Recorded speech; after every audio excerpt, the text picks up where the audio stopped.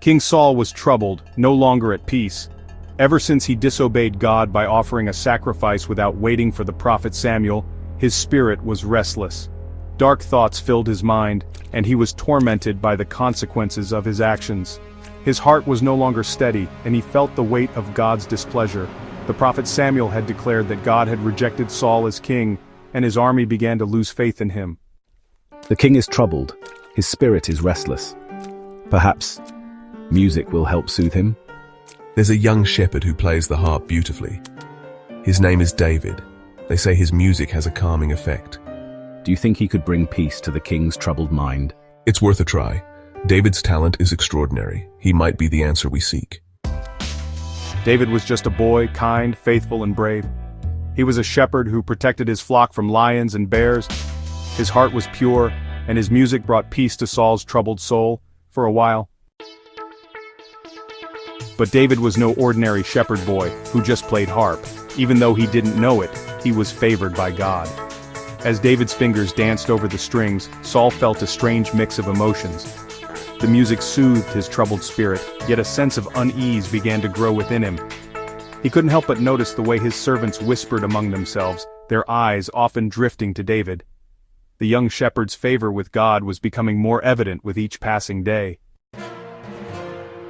One day, a giant named Goliath appeared on the battlefield. His roar echoed through the valley, sending chills down the spines of the Israelite soldiers. Clad in heavy armor, he was an imposing figure, towering over everyone. The Israelites were paralyzed with fear, their courage drained. Everyone was afraid, everyone except David. You come to me with sword and spear, but I come in the name of the Lord of hosts, the God of the armies of Israel whom you have defied.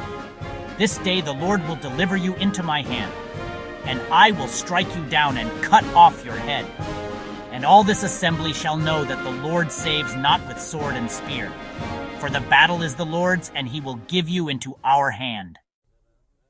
David defeated the giant, not with armor but with faith. Armed with just a sling and a stone, he faced the mighty Goliath. His unwavering belief in God gave him the strength to overcome the impossible. This victory was not just a triumph of skill, but a testament to the power of faith. Saul has slain his 1,000, but David 10,000s! The crowd roared with excitement, their voices echoing through the streets. They lifted David high, celebrating his victory with unrestrained joy. The comparison to Saul was on everyone's lips, a testament to David's growing legend. And just like that, Saul's heart turned bitter. His jealousy grew with each passing day, consuming his thoughts and clouding his judgment. The once noble king now found himself tormented by envy, unable to escape the shadow of David's rising fame. Jealousy grew like a storm inside him. Saul's paranoia consumed him day and night. He feared David's rising popularity. He hated David's unwavering loyalty. He wanted to destroy David, to eliminate the threat he believed David posed to his throne. Every glance, every whisper, every cheer for David felt like a dagger to Saul's heart. In a fit of rage, King Saul hurled his spear at David. David dodged the weapon, his heart pounding. He fled the palace, running for his life. But even in the wilderness, God was with him. Saul chased him again and again. David hid in caves. In the wilderness, always on the move. Yet he never raised a hand against the king. He believed Saul was God's anointed, and he trusted in divine justice. David found Saul sleeping in a cave. He had the perfect opportunity to kill him and end his pursuit, but David chose a different path.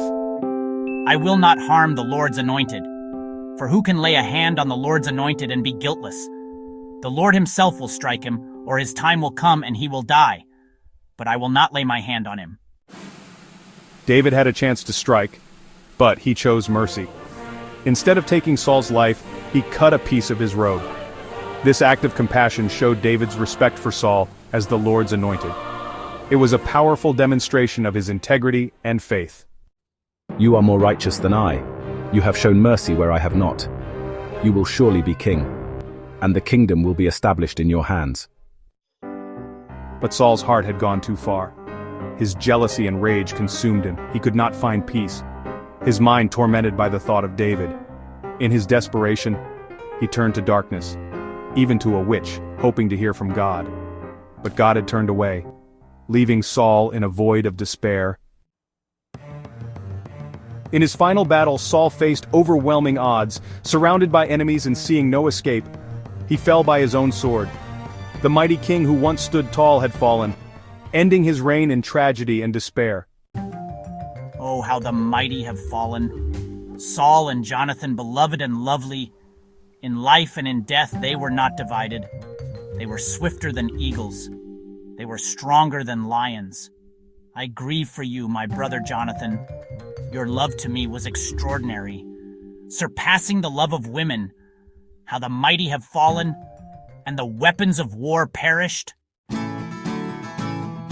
And so the boy who played the harp became king. Not because he was strong or famous, but because he trusted God and walked humbly with him. David's coronation was a momentous occasion, marked by the anointing from the prophet Samuel. His leadership was defined by his unwavering faith, his courage in the face of giants, and his compassion for his people. David led with wisdom and justice, always seeking to honor God in his decisions. His reign was a testament to the power of humility and the strength found in faith. The story of Saul reminds us, jealousy, pride, and disobedience can pull us away from God. Saul's downfall began with his envy of David, leading to a life of torment and separation from God's favor. But in contrast, David's faith, mercy, and humility drew him closer to God, ultimately making him a beloved king.